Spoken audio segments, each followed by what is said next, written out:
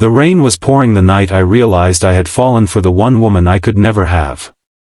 She stood in front of me in the quiet glow of the city lights, my powerful CEO, my impossible dream, and I had just said the words that could have ended my career forever. If we were the same age, I'd steal you tonight. For a moment, everything stopped. The world outside her office disappeared. I expected anger, rejection, maybe even a cold reminder that I was just her employee. But she looked at me with tired eyes full of hidden sadness and whispered something I never expected. Then pretend I am yours. Before we continue this emotional journey, I want to ask everyone watching this story today, if you believe in kindness, second chances, and the power of a good heart, please take a moment to like this video, share it with someone who needs hope, leave a comment, and subscribe to the channel Heart Kindness Tales. Your support helps us bring more stories like this to life. My name is Caelan Voss, and before that night, I never imagined my life would become a story about love, healing, and two broken people finding a reason to smile again. I was 27 years old, working as a junior project manager at a company that everyone in the city knew. The company was led by a woman whose name carried both respect and fear, Seraphina Vale. She was the kind of CEO who could walk into a room and make everyone straighten their backs. She was brilliant, elegant, and impossible to read. People said she had built her empire by never showing weakness. They said she had no time for feelings, no room for mistakes, and definitely no interest in someone like me. But what they did not know was that I saw the small things. I saw how she stayed late after everyone left, eating cold coffee and forgetting to touch her dinner. I saw how she quietly helped struggling employees but never accepted praise. I saw how she would stop in the hallway whenever she heard someone laughing, almost like she was trying to remember what happiness felt like. To everyone else, Seraphina Vale was a powerful CEO. To me, she was a lonely woman carrying a weight nobody noticed. I never planned to care about her. At first, she was just my boss. Someone I admired from a distance. But over time, small moments changed everything. One evening, after a difficult presentation, I found her sitting alone in the office with the lights turned off. The entire floor was empty. The woman who controlled thousands of employees looked completely exhausted. I asked if she was okay. She immediately put her professional mask back on and told me she was fine. But I noticed her hands shaking. I did something nobody else dared to do. I placed a cup of tea on her desk and told her that even CEOs were allowed to have bad days. She looked at me like I had spoken a language she had never heard before. From that day, something slowly changed between us. Not a dramatic romance. Not a sudden fairy tale. Just two people talking after long days. She started asking about my dreams. I learned about her past. I discovered that behind her success was a woman who had spent years proving herself because everyone around her believed she was too young, too emotional, and too inexperienced. She told me she had lost her parents early and inherited a company that almost collapsed. She spent her youth fighting battles instead of making memories. While people my age were traveling, falling in love, and making mistakes, Seraphina was building walls around her heart. And somehow, without trying, I started wanting to be the person who helped her take those walls down. The problem was that everyone noticed. Rumors spread around the company. People whispered that I was trying to use her. Others said she was only keeping me close because she felt sorry for me. It hurt. Because nobody understood that the woman they saw as untouchable was the same woman who remembered my favorite coffee, who asked about my sick father, and who once stayed on a call with me for hours when I was afraid I would lose everything. My father had been my only family, and when his health became worse, I struggled between work and taking care of him. I almost resigned because I could not handle both responsibilities. But Seraphina surprised me. She did not treat me like an employee. She treated me like a human being. She arranged a flexible schedule, helped me find better medical support, and never once made me feel like a burden. That was the moment I realized my feelings were no longer admiration. They were love. A love I knew was impossible. Because there was a distance between us. Not just because she was my CEO. Not just because of our age difference.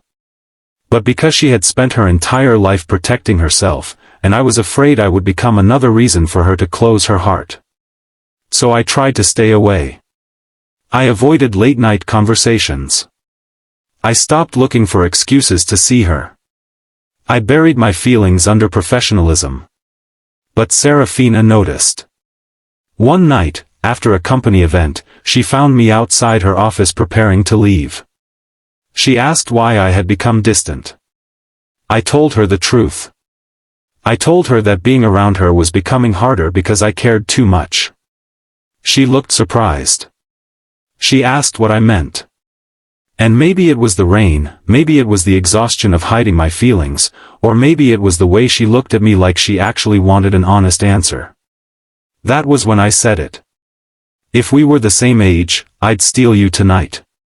The silence afterward felt endless. I immediately regretted it. I thought I had ruined everything. I thought I would lose my job and lose the person who had become the most important part of my life. But Seraphina did not get angry. Instead, she stepped closer. Her voice was quiet. "Caelan, do you know what scares me the most?" I looked at her. She said, "I spent my whole life convincing myself that nobody would ever choose me for who I am. Only for what I built." Her eyes filled with tears. I became successful because I had to. I became strong because nobody else was going to protect me. Then she said the words I would never forget. "Then pretend I am yours." My heart stopped. Because I understood what she really meant. She was not asking me to own her. She was asking me to let her feel loved. For the first time in years, she wanted to stop being the CEO. She wanted to be Seraphina. The woman behind the title. But happiness did not come easily. The next morning, everything changed. A major investor threatened to remove Seraphina from her position because of the rumors surrounding us. They claimed her judgment was affected. They claimed she had become weak. I knew the truth. She was not weak. She was finally allowing herself to feel. But she was ready to sacrifice everything to protect me. She told me I had to leave the company. She said she could not let my future be destroyed because of her. That broke me. Because for years, everyone had taken from her. They took her youth, her peace, and her happiness. And now she was trying to give away the one thing that made her feel alive. So I fought. Not with anger. Not with revenge.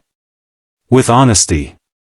I gathered evidence of her leadership, her achievements, and all the ways she had saved the company when nobody believed in her. I showed the board that her personal life did not define her professional ability. I reminded them that the woman they wanted to judge was the same woman who built everything they were proud of. For the first time, I saw Seraphina stop fighting alone. She let people stand beside her. And slowly, the rumors disappeared. Months passed. The company became stronger than ever. But the biggest change was not in the office. It was in her. Seraphina started living. She took vacations. She laughed more.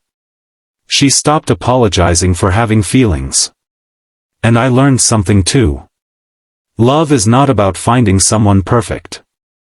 It is about finding someone who sees your scars and chooses to stay. Years later, people still talked about how strange our story was. A young employee and a powerful CEO. Two people from different worlds. But they never saw the quiet moments.